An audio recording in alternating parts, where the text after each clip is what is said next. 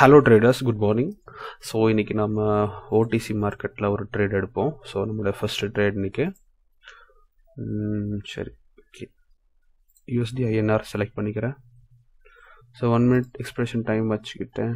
Okay then 10 USD ஒரு டார்கெட்டுக்கு.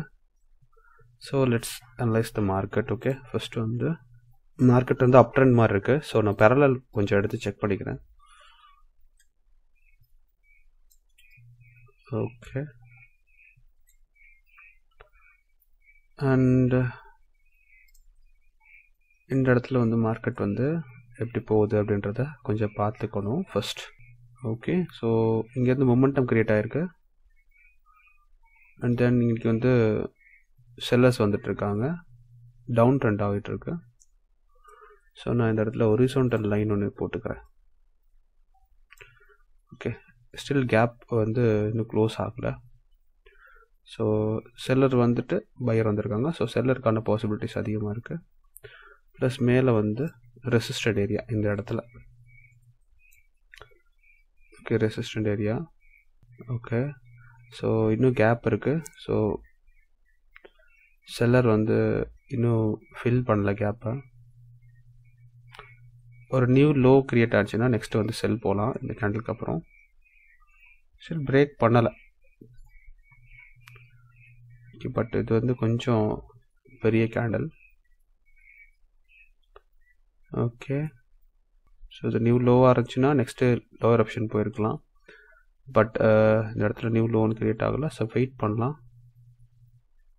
Okay so next candle to buy option. Okay so அந்த இடத்துல by option நான் எதுக்கு போனேன் அப்படின்னா, இந்த கேண்டலில் வந்து ப்ரீவியஸாக இருக்க பேரிஷ் கேண்டல் வந்து பிரேக் பண்ணலை. அப்படி பிரேக் பண்ணால் தான் செல்லர் ஜோனுக்குள்ளே என்ட்ரு ஆக முடியும். ஸோ இது வந்து பார்த்திங்கன்னா குறிப்பிட்ட 50% லெவலுக்கு மேலே வந்து வந்திருக்கனால நமக்கு பாசிபிலிட்டிஸ் ஃபார் பையர்ஸ்க்கான பாசிபிலிட்டிஸ் அதிகமாக இருக்கும். ஸோ அந்த விஷயங்கள்னால தான் இந்த ட்ரேடை நம்ம இன்றைக்கான ட்ரேட் எடுக்கிறோம். ஓகே ஸோ பையர்ஸ் வந்து நல்லா ஸ்ட்ரென்த்தாக இருக்காங்க. பட் வந்து பார்த்திங்கன்னா இந்த இடத்துல வந்து கேண்டில்ஸ் வந்து பார்த்திங்கன்னு சொன்னால் ஜிக்ஸாக்காக போகிறது உங்களால் கவனிக்க முடியும்.